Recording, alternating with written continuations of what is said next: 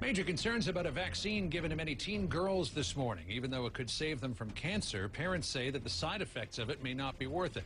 CNN Special Investigations Unit correspondent Abby Boudreau was here with more on all of this. Good morning, Abby. Good morning, John. So many people are so confused when it comes to the widely distributed HPV vaccine called Gardasil, which the Centers for Disease Control says helps prevent certain types of cervical cancer. But since Gardasil hit the market 2.5 years ago, there's been an alarming number of serious adverse reactions and even deaths that some say are linked to the vaccine. And as more girls come forward alleging the vaccine made them sick, the more confusion and mystery there is surrounding Gardasil and its manufacturer, Merck. Taqueria Williams doesn't get to act like a kid anymore.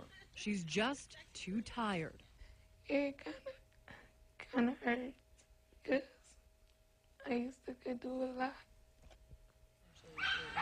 But Taqueria's mother says everything changed last December after her daughter received Gardasil, a vaccine that prevents 70% of cervical cancer. She's never been sick. She's never been in a hospital. Nothing until the Gardasil shot. 2 months after getting the shot, Taqueria says she got a rash on her face and arms, leaving these scars. She had swelling all over, pain in her joints, and poor circulation in her fingertips. Her doctor told us she now suffers from an autoimmune disease and says it is possible the Gardasil triggered her illness, though she made it clear the cause cannot be proven. According to a federal tracking system called VAERS, there have been 9,749 adverse reactions following the vaccination, and 21 reported deaths since 2006. I chose to get my daughter vaccinated.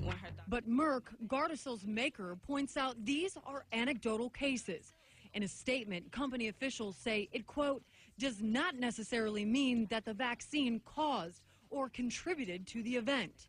An official with the Centers for Disease Control says VAERS does not provide enough information for researchers to prove whether Gardasil caused any of the reported side effects. We want to have better data to reassure people.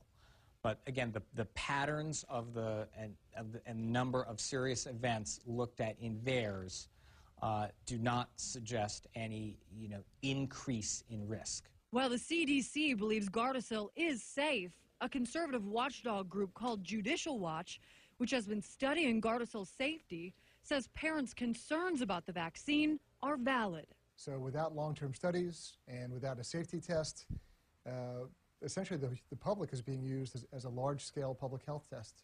What would have happened if you would have known that this research was out there? I would have never got it. Never. I wouldn't have never had her get the shot. The CDC tells us it's working on a comprehensive study right now that will determine whether or not there is a pattern that links Gardasil to some of these serious side effects. That study is expected to be released in October.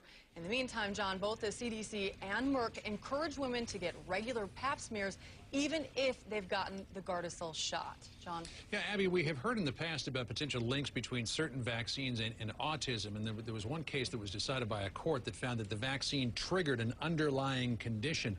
Could that be the sort of case here with this vaccine, that maybe if it didn't actually cause the disease, it triggered an underlying condition to manifest itself? It's so hard to know the answer to that, and I think that's why the CDC is looking into this, and they soon will have their comprehensive study that's going to be out this October. In the young girl's case that we talked to this time, the doctor that we talked to over the phone said it very well could have triggered her autoimmune disease, but there's just no way to really prove that. Wow. Troubling story. Abby Boudreau for us with that this morning. Abby, thanks so much. Thank you.